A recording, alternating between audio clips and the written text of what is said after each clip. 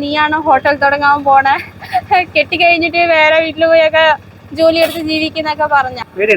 ഇല്ല കേട്ടോ, പേടി ഉണ്ടെങ്കിൽ ഞാൻ ഇടുക്കിന്ന് വന്നിട്ട് ഇവിടെ ചേർത്തലയിൽ വന്നിട്ട് കട തുടങ്ങും. ഞാൻ ഇവിടെ ആലുവയിൽ ജോലിക്ക് വന്നപ്പോഴത്തേക്ക് എന്റെ സാലറി 15,000 രൂപയാണ്. ഇപ്പൊ എനിക്ക് ഇവിടെ 60 സംതിങ് രൂപയെങ്കിലും എനിക്ക് കിട്ടുന്നുണ്ട്. ഞാൻ പാർവതിയാണ്. എന്റെ വീട് ഇടുക്കിയിലാണ്. എന്റെ ചെറിയൊരു ഷോപ്പ് ഞാൻ തുടങ്ങിയിട്ടുണ്ട് ചേർത്തലയില് അശ്വതി പമ്പിന്റെ ഓപ്പോസിറ്റ്. പെങ്കുച്ചായിട്ട് എങ്ങനെ നടത്താൻ പാടില്ല, വേറെ നല്ല ജോലി നോക്ക്, പഠിത്തം ഉണ്ടല്ലോ, അപ്പൊ വല്ല ഓഫീസ് ജോലിയായിട്ട് നോക്കിയാൽ പോരെന്നൊക്കെ കുറച്ച് പേര് പറഞ്ഞിട്ടുണ്ട്. ഞാൻ പറഞ്ഞു ചേട്ടാ എനിക്ക് ഇതാണ് ഇഷ്ടം, അപ്പൊ ഞാൻ ഇത് തന്നെ ചെയ്യത്തുള്ളൂ, എന്റെ ആഗ്രഹം സാധിക്കാനായിട്ട് ഇത് മതി എന്ന് ഞാൻ പറഞ്ഞു. സന്തോഷമാണ്, സ്വന്തമായിട്ടല്ലേ. എനിക്ക് ഏറ്റവും വലിയ സന്തോഷം എന്താന്ന് വെച്ചാൽ ഇത് എന്റെ സ്വന്തമായിട്ട് ഒരു കടയാണ്, അതാണ് എന്റെ സന്തോഷം.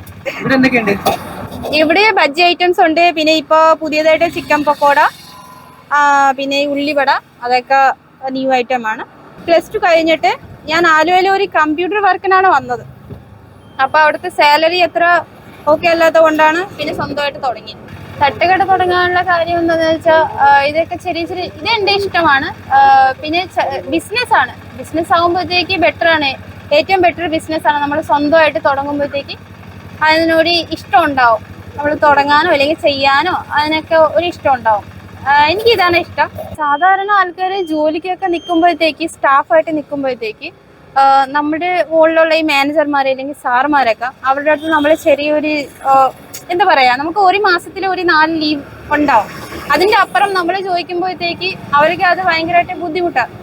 ലീവ് ഒന്നും ഇപ്പൊ പറ്റത്തില്ല. പക്ഷെ അന്നേരം നോക്കുമ്പോഴത്തേക്ക് നമുക്ക് കുറെ പേഴ്സണൽ കാര്യങ്ങൾ കാണും. നമ്മളൊരു ലീവ് ചോദിക്കുമ്പോൾ അത് വെറുതെ ആയിരിക്കത്തില്ല, നമുക്ക് സ്വന്തമായിട്ട് പേഴ്സണൽ കാര്യങ്ങൾ കാണും. അപ്പൊ അത് അവരെ മനസ്സിലാക്കുവാണെങ്കിൽ അത്രയ്ക്ക് നല്ലതാ. ഇപ്പൊ ഞാൻ ഇറങ്ങി, ബാക്കിയുള്ള പെൺപിള്ളേരെ അല്ലെങ്കിൽ ചേട്ടന്മാരെ ചേച്ചിമാരെ അവർ ജോലി ചെയ്യുമ്പോൾ അവരെ ലീവ് ചോദിക്കുമ്പോൾ അത് കൊടുക്കണമായിരിക്കും ബെറ്റർ. മാനേജ് ചെയ്ത്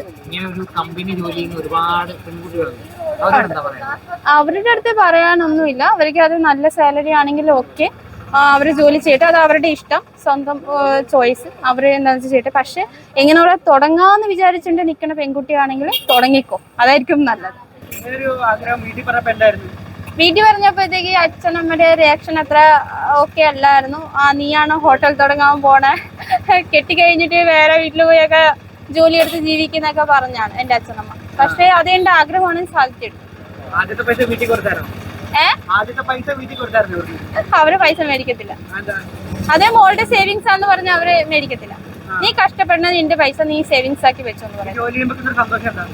സന്തോഷമാണ്, സ്വന്തമായിട്ടല്ലേ. എനിക്ക് ഏറ്റവും വലിയ സന്തോഷം എന്താന്ന് വെച്ചാൽ ഇത് എന്റെ സ്വന്തമായിട്ട് ഒരു കടയാണ്, അതാണ് എന്റെ സന്തോഷം.